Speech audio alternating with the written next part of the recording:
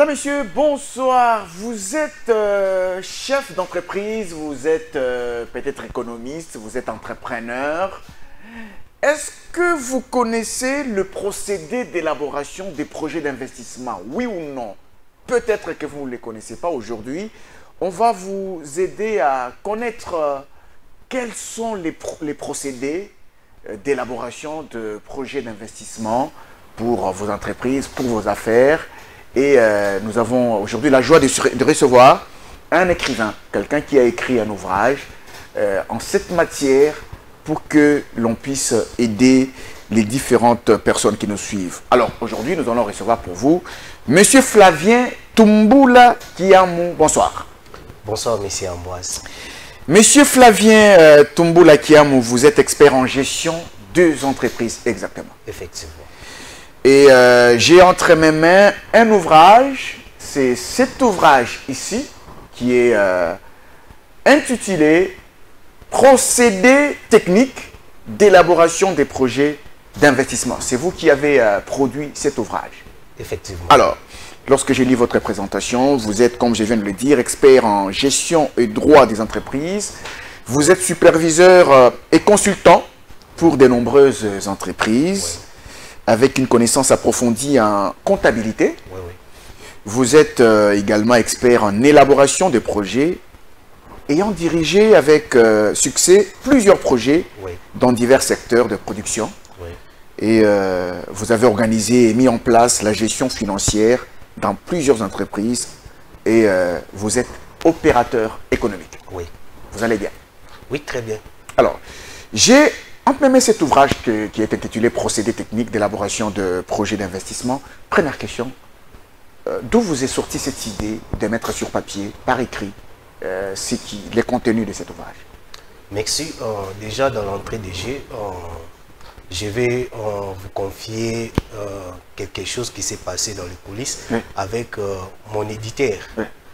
Quand je l'ai vu pour la première fois, quand je lui ai proposé l'idée de mettre en œuvre ces livres, je l'avais même parlé de tout ce que vous venez de lire là. Il nous est arrivé de former les gens en cette matière, il nous est arrivé de mettre en place, d'organiser, soit de conduire les projets d'investissement à succès.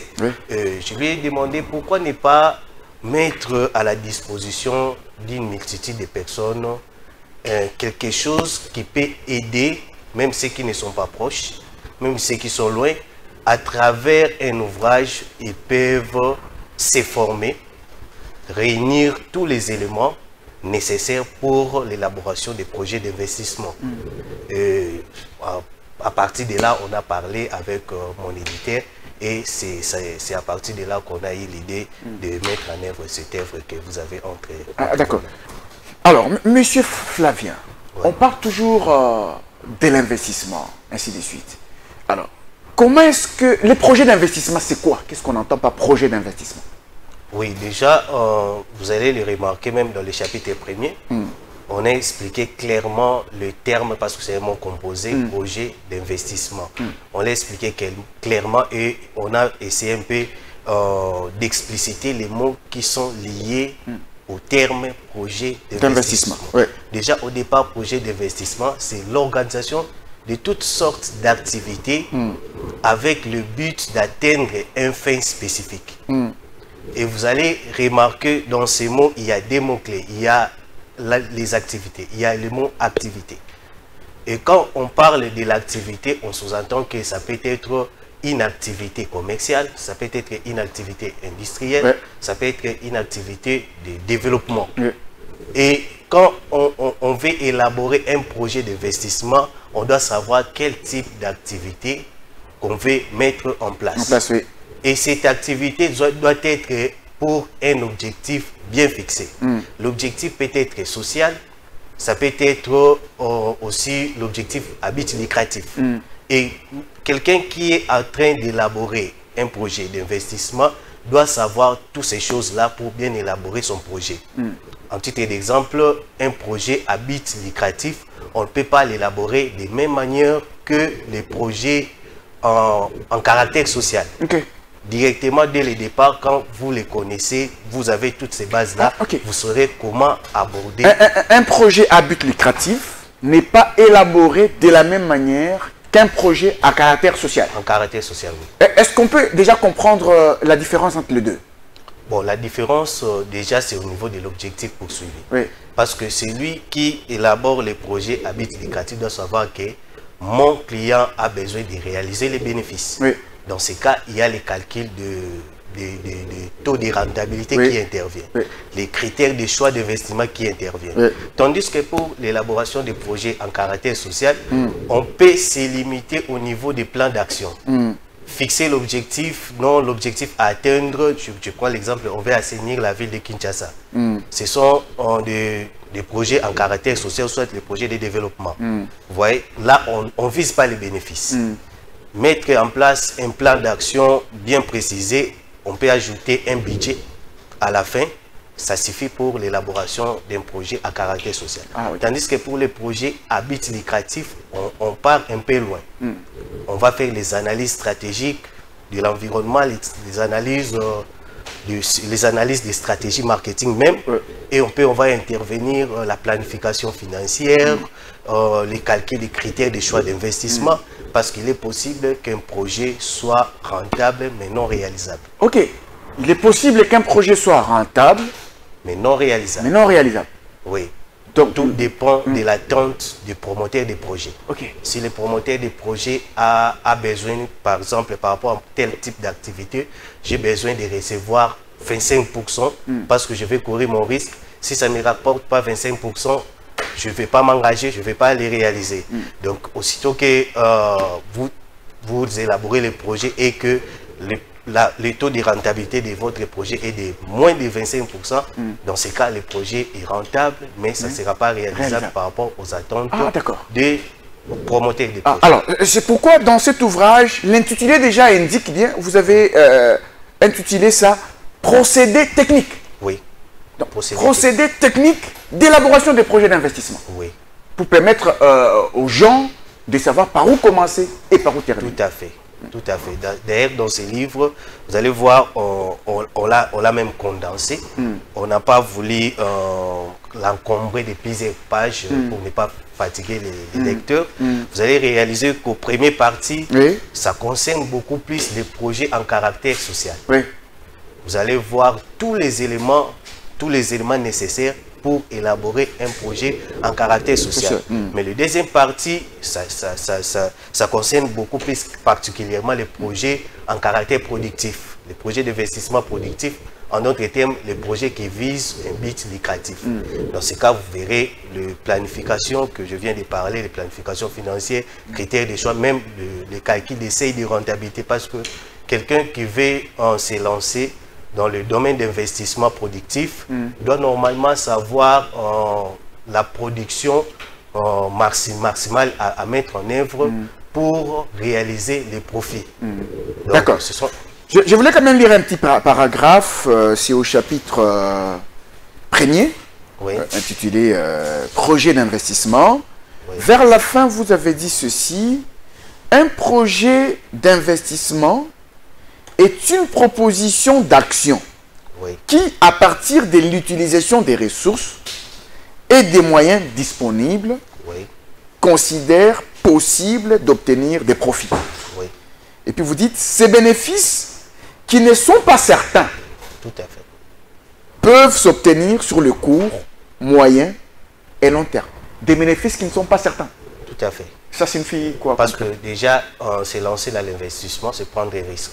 Ah ok, c'est un risque que l'on prend. C'est prendre des risques, on dit toujours l'avenir est incertain. C'est incertain, ok. Mais vous vous lancez quand même. Oui, vous vous lancez quand même. Parce que c'est ça, pour tout entrepreneur, ce qui caractérise tout entrepreneur, c'est le goût des risques. Si vous n'avez pas le goût des risques, vous n'allez pas entreprendre. Parce que là où vous voulez vous installer, vous pouvez bien élaborer votre projet d'investissement. Vous pouvez voir que c'est vraiment une activité florissante, ça va produire à l'avenir. Mais si par exemple il arrive qu'il y ait la guerre dans le pays, vous allez arrêter les activités. Il peut y avoir aussi les catastrophes naturelles. Donc ça, ce sont les risques qui sont autour de l'investissement, soit de se lancer dans une activité productive. Donc, et la toute dernière phrase qui dit que ces bénéfices qui ne sont pas certains peuvent s'obtenir sur le court, moyen et long terme. Court, moyen et long terme. Est-ce que cela dépend-il des moyens financiers de l'entrepreneur ou non? Ou du type du projet? Oui et non. Oui, ça dépend du type d'activité. D'activités qu'on veut mettre en place. Il y a des activités qui sont fortement rentables. Donc, vous pouvez être d'accord avec moi, il y a des activités, même ici, à Kinshasa, vous allez voir quelqu'un qui part juste acheter les marchandises à l'intérieur et il vient vendre ici à Kinshasa. Ça, c'est à court terme. Il peut réaliser même 200% de la rentabilité. Alors, Monsieur Flavien, quelles sont les différentes phases? Vous ne pouvez peut-être pas citer toutes, nous sommes dans une émission, il y a un livre ici. Je pense que les gens qui nous suivent peuvent se procurer de ce livre pour avoir tous les détails possibles. Quelles sont les différentes phases d'un projet d'investissement? Ok, merci. J'en ai aussi parlé dans le livre, c'est sur le chapitre 2, que j'ai parlé des phases des projets d'investissement. Il y a 4 phases des projets d'investissement et ça se suit de manière successive. Donc, dans un premier temps... Ça se suit de manière successive? Oui. Ça signifie quoi? Il ne faut pas louper une étape? Oui, on ne saute pas une étape pour une autre. Donc, vous allez voir, c'est clairement expliqué. Dans ce livre, donc, la première phase, c'est l'identification.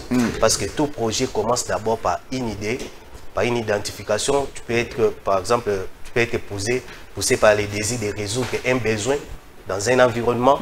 Ça peut intervenir lors de conversations. Tu peux te dire, non, je dois mettre en place un restaurant ici parce que je vois les gens fréquenter, s'humilier, venir acheter. Je peux créer un cadre là pour s'asseoir, tout ça. Et ça peut être florissante. Et après avoir perçu une idée dans votre tête, maintenant vous devez passer par la formulation. Formulation, vous devez voir la faisabilité. La faisabilité de votre projet. Est-ce que ça peut être rentable l'activité dont je vais mettre en œuvre? Donc, vous devez passer à tous ces processus-là, analyse de l'environnement, votre planification financière, projeter les entrées, voire même les entreprises qui font les mêmes activités que l'activité que vous voulez mettre en place. Et à la fin, avec votre étude de faisabilité, vous saurez si c'est rentable ou pas. Et dans ce cas-là, je vous pose une question, vous allez continuer, M. Flavien. L'entrepreneur doit-il travailler seul ou il doit approcher un expert en la matière? Donc, tout à fait. Donc, élaborer un projet, ce n'est pas quelque chose qu'on peut faire par une seule personne. Oui, c'est toute une organisation. Ça demande l'ensemble des participants. Vous voyez? Ce n'est pas seulement l'expert que vous devez contacter. Même l'expert à son niveau, il ne saura pas élaborer le projet par lui-même. Même pour faire l'analyse environnementale, vous devez questionner même les clients que vous visez, votre client que vous ciblez à fournir ce genre d'activité. Est-ce que le client va apprécier?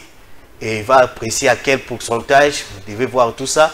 Vous devez voir aussi le fournisseur qui va nous fournir des matériels. Vous devez parler avec le fournisseur, ça va vous permettre même de savoir le prix auquel vous allez acheter vos matières premières ou soit les marchandises. Donc, il y a toute une organisation, ensemble des personnes qu'on met en place, qu'on approche pour mettre en œuvre le projet d'investissement. Alors, vous étiez au deuxième point, à la deuxième phase, la formulation et l'ingénierie. Oui, la formulation, c'est à cette étape-là que vous devez contacter les fournisseurs, voir est-ce que s'ils me vendent à ces prix et que moi je revends au prix que je souhaite, est-ce que ça va rapporter ou non? Oui, et faire toute la planification et voir si c'est rentable avec les critères de choix d'investissement. Vous pouvez détecter si le projet est rentable ou non rentable. Et dès lors que vous trouvez que le projet est rentable, vous allez passer par l'étape de mise en œuvre. Mise en œuvre. Oui.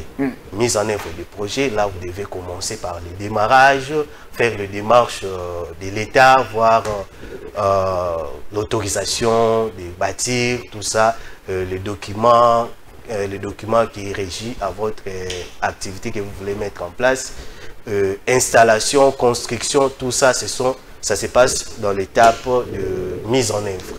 Et il y a aussi un élément que je ne peux pas sauter, que j'ai souligné, qui aide beaucoup plus à la mise en œuvre, c'est les tableaux de chronogramme d'activité.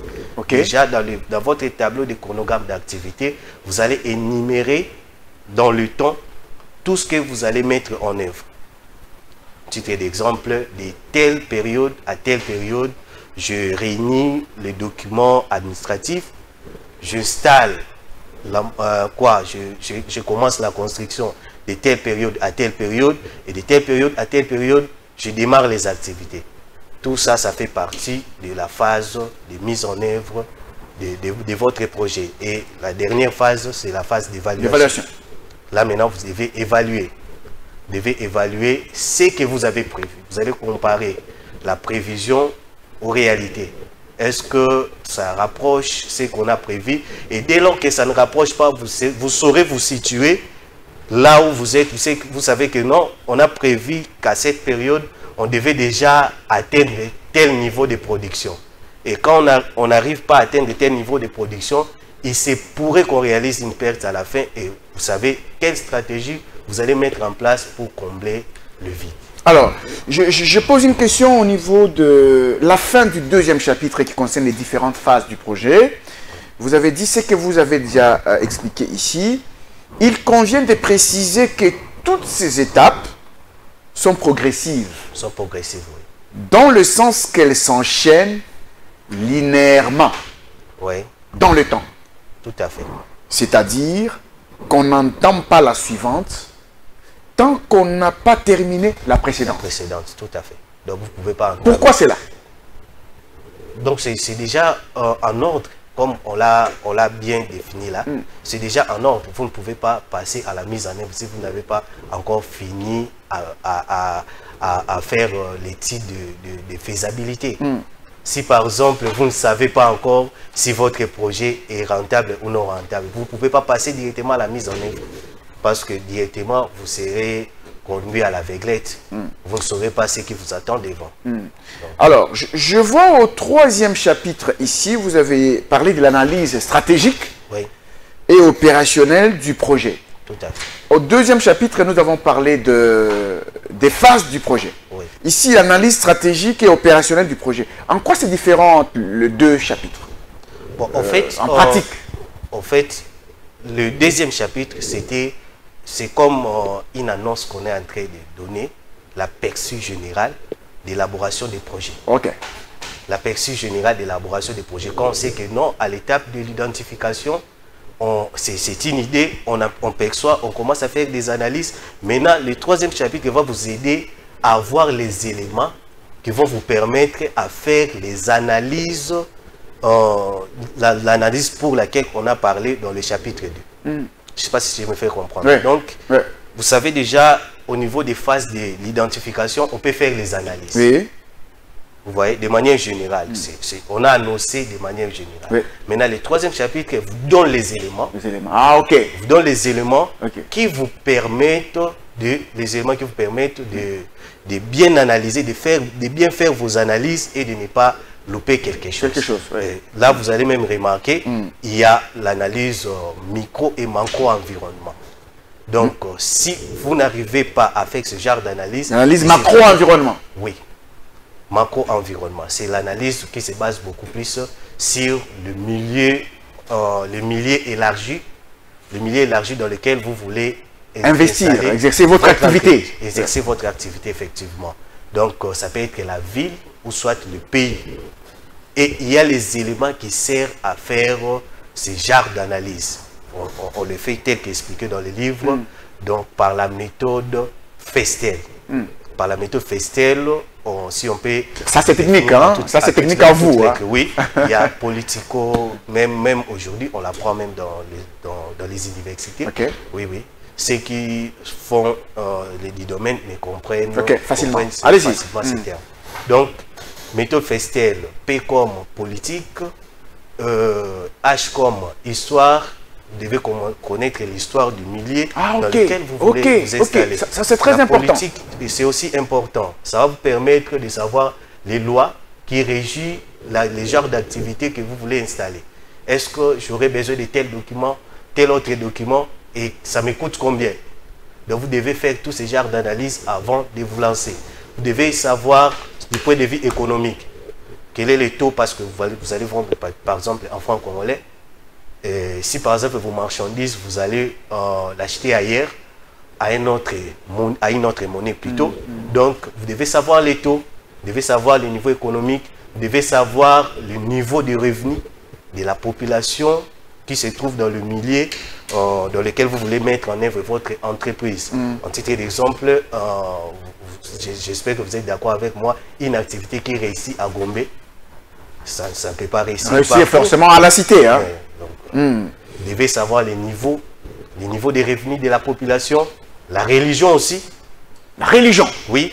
Si par exemple vous voulez aller vendre des porcs dans un milieu des musulmans directement, c'est difficile que vous réalisez. Donc, vous allez faire une perte. Oui, vous allez réaliser une perte. Donc, toutes ces analyses-là, ça vous permet de comprendre est-ce que ces milliers, c'est conforme aux activités que je vais mettre en place. Donc, il y a même l'exemple d'un professeur qui nous avait donné, il nous a dit, à un moment donné, il s'était arrivé dans un village, il voulait installer des toilettes. Là, c'était dans un village. Un caractère social. Dans un village. Dans un village. Donc, sans pourtant voir les comportements. Alors qu'on parle en brousse, hein? Oui, et à la brousse, c'est facile. Là, donc, ils n'ont même pas entretenu et ça n'a pas rapporté, hein? Ça n'a pas rapporté. Ceux qui pensaient développer... C'est la faute à l'investisseur, hein? Tout à fait. Tout à fait. Il va installer les toilettes dans un village. C'est un bel exemple, bien trouvé. Hein? Oui. Donc, il n'a pas fait l'analyse de comportement même de gens qui sont dans ces milieux-là. C'est très important. Donc, tout ça pour dire qu'il faut étudier les milieux, faire cette analyse-là. Oui. Ça c'est sur le plan macro-environnement. Et il y a aussi, après avoir fait les études sur le plan macro-environnement, il y a aussi micro-environnement. Ça, maintenant, c'est l'environnement proche de l'entreprise. Ah, ok. Oui, c'est l'environnement proche de l'entreprise. C'est le marché dans lequel vous voulez vous installer. Et il y a 3 éléments principaux à étudier. Le premier élément, c'est le client. Parce que celui qui est au centre des marchés. Étudier, voir est-ce qu'il sera capable d'acheter au prix que je vais mettre en place, tout ça. Et vous devez voir aussi les fournisseurs. Parce que si, par exemple, là où vous voulez vous installer, il n'y a même pas moyen de faire arriver vos marchandises, il n'y a pas de route, tout ça. Et mon fournisseur se trouve où? Il va me vendre à quel prix? Vous voyez? Et le 3e élément, c'est les concurrents. Les concurrents, oui. Je voulais d'ailleurs poser la question sur les concurrents. Allez-y. Ce n'est pas à négliger. Vous devez voir quelles sont les stratégies des concurrents. Qu'est-ce qu'il fait pour gagner ses clients? Quelle est sa force sur le marché? Et comment les contrer? Parce que vous n'avez... Comment obtient-on ces genres d'informations? Les informations qui concernent son concurrent? Oui, tout à fait. Vous devez faire les investigations. Vous devez faire les investigations soit auprès des clients. Oui, auprès des clients, oui. Savoir qu'est-ce que vous suivez là-bas. Qu'est-ce que vous suivez là-bas? Peut-être que c'est la qualité, non, ils nous vendent à faible prix. Maintenant, vous savez quelle stratégie marketing vous allez mettre en place pour contrer votre concurrent. Pour votre concurrent, parce que c'est une compétition. Vous n'avez que même nombre de clients que vous voulez gagner. Vous devez gagner la grande part des marchés. Et pour gagner la grande part des marchés, si vous comprenez bien votre concurrent, vous pouvez vous dire non, lui il est fort en produit, moi je vais le contrer du côté prix. Vous voyez? Vous pouvez voir non, moi je vais faire la promotion. Donc dans ce sens-là, si vous arrivez à bien faire toutes ces analyses-là, ça va réduire... Ça va réduire, je peux dire, comment ma chance de réaliser un échec lors d'investissement, lors de la mise en œuvre. Donc, voilà. Très bien. Alors, il y a aussi un plan que j'ai trouvé là, la logique du projet. Oui. Un projet s'est construit de façon logique en partant du but fixé et en définissant au fur et à mesure les résultats à atteindre, les activités et les moyens à mobiliser. Oui. Et là, vous réalisez, on a vraiment pris les éléments essentiels pour permettre à nos lecteurs de bien comprendre. Donc, il n'y a aucun élément qui s'échappe de l'élaboration des projets d'investissement. Là, j'ai donné la procédure, un exemplaire d'élaboration des projets d'investissement à partir de la description des projets. À partir même de la description des projets. Quand, je pense que vous êtes sur quelle page là? Je suis sur le point d'expliquer autre chose. La page 34. C'est le cadre logique. Ouais. C'est le cadre logique du projet. Et puis, oui. À la page 33, nous ayons de marketing mixte. Oui. Oui, à la page 34, logique du projet. Donc, après les plans d'action. Oui, les plans d'action. Oui, logique des projets ou plan d'action, soit plan stratégique des projets. Ce sont juste des nomenclatures que plusieurs techniciens utilisent. Donc, déjà, avec ces tableaux-là, vous pouvez élaborer toutes sortes de projets. Même si vous voulez organiser une réunion. Même si vous pouvez organiser un mariage. Avec ces tableaux, vous pouvez mettre en œuvre le plan d'action à partir du projet et voir les moyens. Ok. Donc ça commence à partir de l'objectif plutôt. L'objectif que vous poursuivez.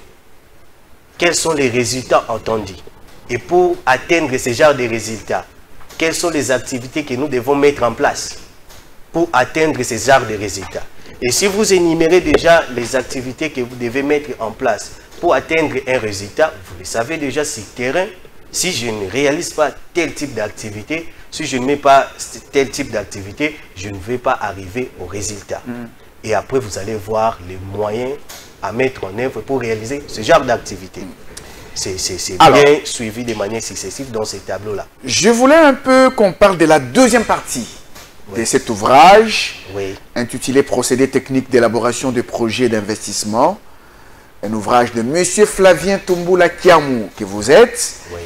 Étude de la rentabilité financière de projets d'investissement. La rentabilité financière. D'ailleurs, c'est là que je reçois beaucoup de questions des lecteurs. Parce qu'il faut se familiariser avec les notions comptables et financières pour bien comprendre cette deuxième partie. Oui. Donc, c'est de manière progressive. Donc là, la nourriture commence à devenir un peu solide. Oui. Donc, il faut avoir... Ça, c'est pour les initiés. Oui. Beaucoup plus les initiés vont comprendre. Alors, on y va. Beaucoup d'initiés nous suivent dans cette émission. Alors, on parle de la planification financière du projet. Ça concerne quoi concrètement, la planification financière du projet? Tout à fait, merci. Déjà, vous allez voir à l'entrée du jeu de ce chapitre, j'ai dit que le promoteur ou soit l'analyste doit se familiariser avec les notions comptables pour bien planifier, ou soit pour bien faire la planification financière d'un projet. Donc, ça va nous amener à déterminer les bilans prévisionnels et les comptes résultats prévisionnels du projet. Mais avant d'y arriver, il faut déjà bien définir les besoins du projet. Parce que vous ne saurez pas arriver à élaborer les bilans prévisionnels si vous ne déterminez pas au préalable les besoins du projet.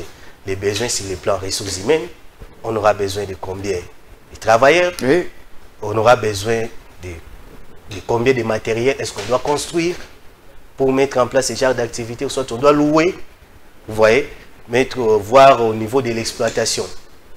Au niveau de l'exploitation, qu'est-ce que nous avons besoin, vous voyez, voir même la trésorerie nécessaire que nous devons mettre en place pour faire face à tout ce genre de dépenses. Et tout ça, ça fait partie des avoirs des nouvelles entreprises. Oui. Après, on va voir si, par exemple, le financement va se faire par les fonds propres ou soit par les fonds de tiers. Et tous ces éléments vous permettent de constituer le bilan prévisionnel de votre projet. Du projet. Oui. Après, vous allez passer à la prévision, donc soit aux prévisions, soit à la planification des charges, à la planification des charges attendues moyennant d'un an, au cours d'une année, quelles sont les charges que nous aurons à faire face. Sur le plan exploitation, tout ça, vous devez énumérer tout ça et voir les perspectives sur les recettes. Vous voyez, là, ça nous amène déjà au compte résultat prévisionnel. Je voudrais poser quand même une question que se poserait un Congolais lambda. Oui. C'est vrai, cet ouvrage nous donne les procédés techniques d'élaboration d'un projet d'investissement. Oui. Je voudrais savoir si, par rapport à cette étape, quelqu'un devait d'abord regarder les montants d'argent dans son compte pour commencer à regarder, à voir le projet d'investissement ou non. Bon, non. Non, je pense Tu dois d'abord commencer par un projet. tant que technicien, je ne peux pas encourager ça. Encourager cela. Donc, normalement, les projets, on doit prévoir. Il y a même des principes comptables qu'on doit appliquer. Okay. À la comptabilité, selon les principes universels, il y a un principe qui stipule toute charge, c'est d'ailleurs le principe de prudence, qui stipule toute charge, même probable, doivent être prises en compte. Mais les recettes n'est prises en compte que lorsqu'elles sont certaines. Donc, c'est pour dire quoi? Vous devez d'abord prendre en compte toutes les dépenses que demande votre projet. Parce que votre argent, ce n'est pas l'argent de l'entreprise. Ok. Une fois que vous mettez, vous installez, soit vous mettez votre argent pour constituer une entreprise directement, parce que l'entreprise c'est une personne juridique. C'est deux personnes différentes. Ça aussi c'est un principe de la comptabilité. Donc votre entreprise a sa trésorerie et vous aussi, étant que personne physique, vous avez votre trésorerie à vous. Une fois que vous installez ou soit vous investissez dans un projet d'investissement, sachez-le que vous prêtez à votre entreprise de l'argent. Ok. Oui, ça sera enregistré comme capital. Et le capital, c'est comme une dette de l'entreprise envers son propriétaire. Et la trésorerie de l'entreprise n'est pas votre problème. Vous pouvez même vous fixer votre salaire là-dedans, au moins. Vous allez attendre votre salaire. C'est que l'entreprise va vous rappeler. Tout en étant propriétaire. Oui, tout à fait. Vous attendez votre salaire. Oui, oui. Vous attendez soit votre salaire, soit votre dividende. À la fin de la période, quand l'entreprise va réaliser... C'est quoi l'objectif poursuivi par tout ça, tous ces principes? Oui, bon, je peux dire l'objectif poursuivi par rapport à quoi? À ce principe-là, où vous établissez tout ça et vous attendez votre salaire. Oui. Vous ne vous servez pas n'importe comment. Oui, déjà, je vais dire, comme on a dit au début, investir, c'est prendre des risques. C'est prendre des risques, mais on ne peut pas devenir riche en dehors des investissements. Okay. Oui, oui. J'en ai même parlé à mes étudiants. Il y a quelqu'un qui m'a dit, et si vous travaillez dans les multinationales, vous allez devenir riche. Moi, je lui ai dit non. Déjà, quand vous travaillez ailleurs, c'est votre patron qui détermine ce que vous devez gagner. Vous devez gagner. Et vous n'aurez pas la même force que vous avez aujourd'hui au bout de 30 ans, 40 ans. On va vous déclarer inapte, vous serez déclassé. Si par exemple vous avez eu à économiser ou soit mis à l'épargne, là vous n'aurez plus de entrées. Durant 3 ans, ça va aller vite et puis vous allez tout consommer. Maintenant, l'avantage d'être entrepreneur, c'est une garantie de devenir riche. De devenir en dépit du fait que vous allez vous affaiblir physiquement, même si vous serez affaibli, votre entreprise restera votre entreprise. Donc c'est dans ce sens-là. Mais il y a des principes à respecter. Il y a des principes à respecter si nous pouvons revenir à ce qu'on était en train de dire. Donc vous ne pouvez pas considérer l'argent de l'entreprise comme votre propre argent de poche. Donc votre entreprise va vous payer en cas de bénéfice. Et si vous ne réalisez pas de bénéfices, il y a des stratégies que vous devez mettre en place pour chercher à relever votre entreprise. Sinon vous tombez en faillite. Oui, oui. Donc c'est vraiment un sacrifice que, surtout au début, c'est le conseil que nous donnons à tous les entrepreneurs. Surtout au début, vous devez accepter les sacrifices. C'est votre entreprise. C'est vous qui avez mis ça en place. Oui, oui. Mais vous ne dépensez pas n'importe comment. Vous ne dépensez pas n'importe comment. C'est que votre entreprise génère, ça ne vous concerne pas, ça appartient à l'entreprise. Donc ça contribue à la croissance de l'entreprise. Et dès le départ, si par exemple vous voulez gagner quelque chose, vous devez les fixer dès le départ. Ça doit être enregistré ou soit planifié, prévu dans l'entreprise. On sait que les patrons gagnent autant. Si on est en train de calculer les salaires de tout le monde, on sait que la charge que l'entreprise va faire face est d'autant. Si par exemple ça dépasse les recettes, vous se retrouvez dans la perte. Le chef d'entreprise répond à qui par rapport à tout ça? Dans son entreprise. Dans son entreprise, comme je viens de parler, c'est deux personnes différentes. Donc il ne fait pas partie de son entreprise. Ok. S'il met son salaire dans l'entreprise, il est comme travailleur. Travailleur. Très bien. Il soumet aux obligations, aux règles de l'entreprise. Mise en place, hein? Mise en place, oui. Et l'entreprise va évoluer avec les principes qu'on a mis en place au sein d'une entreprise. Très intéressant. Donc, il y a un point que j'ai trouvé ici, le point 4 et 2, sur la durée de vie d'un projet. Tout à fait. Vous avez dit, un projet d'entreprise n'est pas conçu pour une durée limitée, mais pour perdurer le plus longtemps possible. Bon, oui. Alors, vous avez dit le plus longtemps possible, mais vous n'avez pas dit illimité. Bon, ça c'est au niveau de l'élaboration des projets. Oui, oui. Parce que quand on veut se mettre en œuvre, c'est même l'un des principes comptables de l'entreprise, c'est par rapport à la durabilité économique. L'entreprise est faite pour durer le plus longtemps possible. Mais si vous voulez mettre en œuvre votre entreprise, vous n'allez pas évaluer votre entreprise sinon longtemps. Okay. Vous devez fixer un horizon économique un peu proche, d'après près 5 ans, de 3 à 8 ans.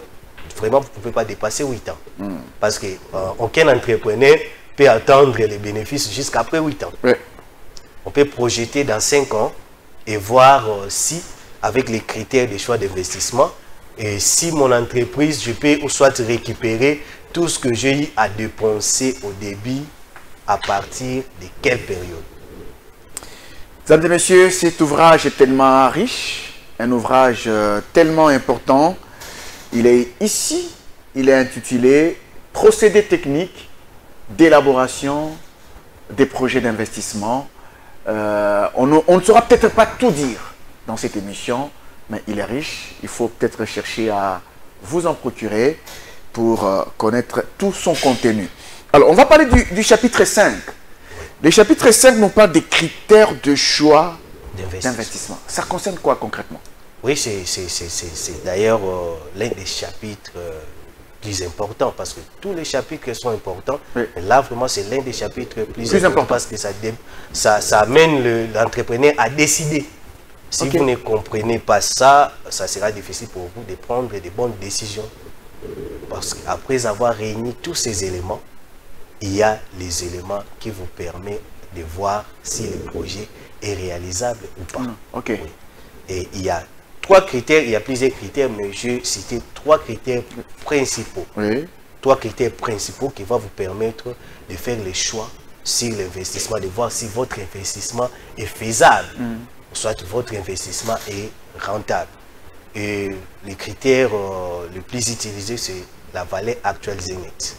Et vous allez voir même, il y a des formules que j'ai mis en place. J'ai même mis un exercice pour chaque critère afin de permettre aux lecteurs de bien comprendre comment procéder pour faire ce genre de calcul.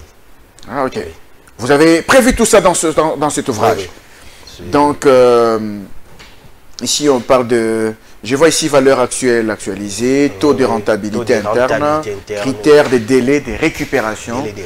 Tout ça, donc, je pense que les experts en la matière peuvent comprendre. Mais un investisseur qui n'est pas de votre domaine, mais il a juste son argent, il a juste des idées, il peut approcher... oui, c'est d'ailleurs le travail que nous faisons depuis plusieurs années. Ah, ok. Oui. Vous êtes dans ce travail? Oui, je suis dans ce travail. Il m'est arrivé déjà à conduire plusieurs projets à succès qui sont mis en œuvre aujourd'hui et qui continuent à évoluer. Ah, plusieurs projets à succès? Oui. Ah, c'est tellement tentant. Toute personne qui a une idée, qui ne sait pas encore le formuler sous forme de projet, peuvent nous contacter. Ils peuvent nous contacter, nous voir, on va faire le travail pour nous. Exact. Alors, au 6e chapitre, on parle... je ne vais pas aller dans les définitions ici qui sont trop techniques. Tout à fait. On utilise l'information pour la télévision. Et pour des aspects qui sont trop techniques, je pense que quelqu'un qui a l'ouvrage, qui est à la maison, qui va lire au fur et à mesure. Il y a même des formules. Hein, oui, il y a même un lecteur qui m'a demandé, est-ce que tu peux m'envoyer encore d'autres exercices? Je vais vraiment les exercices. Ah, il y a des exercices à faire. Oui, et je l'avais aussi envoyé, je lui avais envoyé les exercices concernant tous les éléments qui sont là, afin de lui permettre de bien comprendre tout ce qu'on a écrit dans ce mode de financement. Le mode de financement concerne quoi concrètement? Le mode de financement, c'est ce que je vous ai dit lors de l'élaboration des bilans prévisionnels. Après avoir énuméré tout ce qu'on a besoin pour mettre en œuvre les projets, on va voir quel mode de financement appliquer pour mettre en œuvre notre projet. Ça peut être le financement par les fonds propres. Les fonds propres, c'est l'entrepreneur, le porteur des projets qui finance la totalité d'investissement du projet. Okay. Maintenant, l'autre mode de financement, c'est le financement par les fonds de tiers. Les fonds de tiers? À travers les banques. À travers les banques. Ah, ok. Pour des projets qui sont bancables. Oui, oui. Pour les projets qui sont bancables, vous pouvez recourir auprès des banques pour solliciter soit une partie du financement de votre projet. Donc, c'est dans ce sens-là, on a tout expliqué dans ces chapitres-là et vous allez comprendre les avantages quand on investit avec les fonds propres ou soit quand on fait recours aux fonds de tiers. Il y a une différence, hein? Oui, il y a les avantages, il y a aussi les désavantages. Donc, quand on fournit avec les fonds propres, il y a des avantages. Oui, il y a les avantages, il y a aussi des avantages. Les désavantages. Avantages aussi pour les fonds de tiers. Il y a aussi les avantages et les désavantages pour les fonds de tiers. Ah, ok. Est-ce qu'on peut avoir juste une idée en une minute? Oui, en titre d'exemple, si par exemple votre projet a une rentabilité de 40% et que la banque, le taux d'intérêt que la banque vous fixe est moins de 40%, directement vous allez bénéficier des leviers financiers. Vous allez bénéficier des leviers financiers, vous allez vous enrichir en empruntant à la banque. Oui. Parce que ce que vous allez payer à la banque est moins que les intérêts, soit la rentabilité que vous réalisez dans votre entreprise. Mais au cas où la rentabilité est moins que les taux fixés par la banque, là, vous allez travailler pour la banque. Pour la banque. Donc, là, il faut réfléchir par deux fois. Oui, oui. Bon, c'est un risque en même temps, vous avez dit. Oui, c'est un risque qu'on prend en investissant. Mais quand vous savez déjà au préalable, vous saurez bien décider pour mettre en œuvre vos Et pour les fonds propres? Pour les fonds propres, avantages et désavantages? Ça va de même. Ça va de même si, par exemple, la rentabilité est moins, on peut conseiller à l'investisseur soit de mettre, soit de financer par son fonds propre. Parce que s'il part à la banque, il sera beaucoup plus en difficulté parce qu'il va payer beaucoup plus qu'il réalise dans son entreprise. Ah, ok. Très intéressant. La télévision, c'est le temps. On m'a fait voir que le temps qui nous a été imparti a fini. Malheureusement, il y a beaucoup de choses à dire. En conclusion, vous avez dit l'élaboration, je vais lire la conclusion. L'élaboration des projets d'investissement peut sembler complexe et difficile, car des coûts d'investissement sont supportés dès aujourd'hui, alors que les profits sont générés dans le futur. Une petite explication. Donc, le coût d'investissement, donc vous les dégagez aujourd'hui. Donc, vous mettez, soit vous les dépensez aujourd'hui. Vous les sortez aujourd'hui. Avec l'espoir de réaliser le bénéfice dans le futur. Donc, au fur et à mesure que le futur est incertain, il y a des stratégies qu'on met en place pour minimiser l'échec.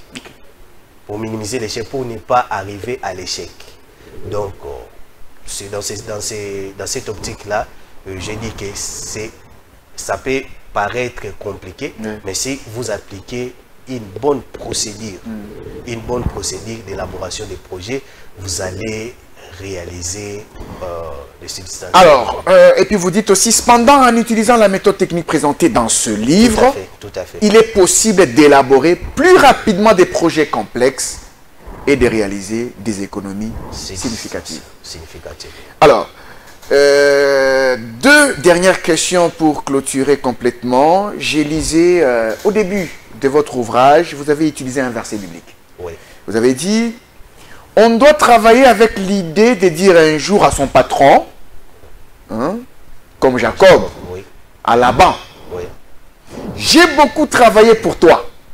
Maintenant, laisse-moi aller travailler pour ma maison. Tout à fait. Et l'idée, c'était juste pour encourager les jeunes qui travaillent déjà, de voir l'avenir. Quand vous travaillez quelque part, vous travaillez pour votre patron. À moins que vous soyez voleur. Vous travaillez pour Votre patron, ouais. Oui, vous travaillez pour votre patron. Vous devez travailler avec dévouement, avec vraiment... Avec amour. Avec amour. Comme si ça vous appartenait. Mais vous travaillez, c'est pour votre patron. C'est pour votre patron. Mais vous devez avoir cette idée-là de dire un jour à votre patron, comme Jacob avait dit à Laban, maintenant laisse-moi aller travailler pour ma maison. Donc vous devez avoir déjà l'idée de mettre en place une activité génératrice de revenus qui va rester comme héritage même pour vos enfants. Un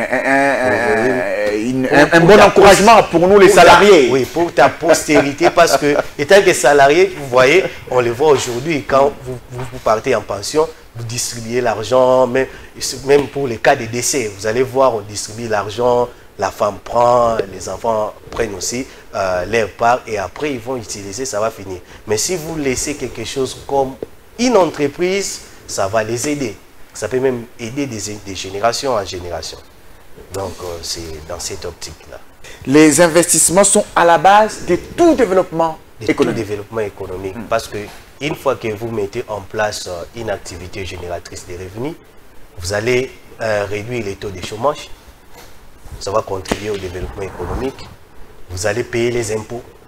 Ah, ok. Vous allez payer les impôts. Oui, vous allez payer les impôts. Vous allez contribuer aux ressources de l'État. Vous allez contribuer, je vais dire, à la croissance des ressources de l'État. Vous allez aussi contribuer à la création de valeurs ajoutées. Vous allez augmenter les produits intérieurs bruts. Donc, c'est la raison pour laquelle je dis à cette page-là, les investissements sont à la base de tout développement économique. Alors, il y a des hommes et des femmes qui vous suivent à la maison. Oui. Des jeunes qui veulent entreprendre. Oui. Et qui ont certainement suivi tout ce que vous avez expliqué dans cette émission. Quel est le message que vous pouvez leur lancer? Bon, ce que je peux dire aux jeunes, de ne pas avoir peur de se lancer dans l'entrepreneuriat. Il faut sortir de votre zone de confort. Même si vous n'avez pas d'argent, vous devez savoir que l'argent, c'est juste un moyen qui permet à financer un projet déjà bien élaboré. Tout projet qui est bien élaboré, qui inspire confiance, trouve toujours des financements. Vous pouvez trouver le financement par votre entourage, ou soit aujourd'hui, il y a des gens qui enterrent même de l'argent. Il y a même des gens qui n'ont rien à faire avec leur argent. Une fois que vous leur proposez des activités qui paraissent florissantes, des activités qui inspirent la confiance, ça peut vous aider même à vous lancer dans le domaine de l'entrepreneuriat. Et si vous ne trouvez pas, vous pouvez même proposer de travailler pour quelqu'un, moyennant une rémunération considérable. Et avec votre rémunération, vous pouvez épargner dans le but de mettre en œuvre plus tard votre propre projet, soit votre propre investissement. Merci beaucoup, monsieur Flavien Toumbula-Kiamou. Nous rappelons que vous êtes expert en gestion et droit des entreprises. Vous êtes superviseur et consultant pour de nombreuses entreprises avec une connaissance approfondie en comptabilité. Vous êtes également expert en élaboration des projets. Vous avez dirigé avec succès, ça vous l'avez dit dans cette émission, avec succès plusieurs projets dans divers secteurs des productions. Merci d'avoir été sur ce plateau des Tables Rondes. Oui, c'est à moi de vous remercier. Merci. Dames et messieurs, je pense que vous avez aimé cette émission. Merci à vous de l'avoir suivi. Vous avez besoin de vous procurer ce livre, Procédés techniques d'investissement, des projets, d'élaboration des projets d'investissement. Vous pouvez nous contacter ou vous voulez entrer directement en contact avec M. Flavien. Notre numéro est affiché au bas de l'écran. Entrez en contact avec nous. On va vous faciliter la tâche. Si vous avez besoin d'être conseillé pour un projet, n'hésitez pas. On va vous retrouver prochainement pour d'autres numéros de Table Ronde. Au revoir.